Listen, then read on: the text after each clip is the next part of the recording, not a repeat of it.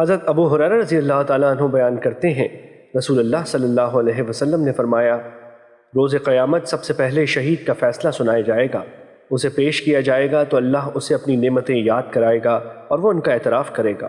پھر اللہ فرمائے گا، تو نے ان کے بدلے میں شکر کے طور پر کیا کیا؟ وہ عرض کرے گا، میں نے تیری خاطر جہاد کیا حتیٰ کہ مجھے شہید کر دیا گیا۔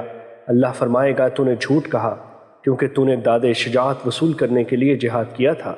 بس وہ کہہ دیا گیا، پھر اس کے متعلق حکم دیا جائے گا تو اسے منہ کے بل گھسیٹ کر جہنم میں ڈال دیا جائے گا۔ دوسرا شخص جس نے علم حاصل کیا اور اسے دوسروں کو سکھایا اور قرآن کریم کی تلاوت کی، اسے بھی پیش کیا جائے گا تو اللہ اسے اپنی نعمتیں یاد کرائے گا، وہ ان کا اعتراف کرے گا۔ اللہ پوچھے گا کہ تو نے ان کے بدلے میں کیا کیا؟ وہ عرض کرے گا، میں نے علم سیکھا اور اسے دوسروں کو سکھایا اور میں تیری رضا کی خاطر قرآن کی تلاوت کرتا رہا۔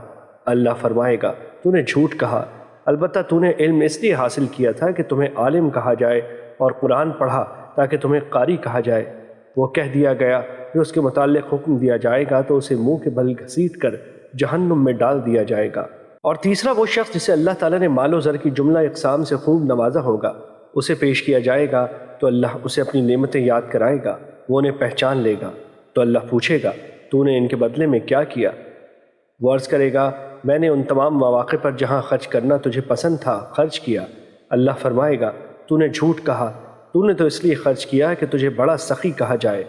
بس وہ کہہ دیا گیا، پھر اس کے متعلق حکم دیا جائے گا تو اسے منہ کے بل گھسیٹ کر جہنم میں ڈال دیا جائے گا۔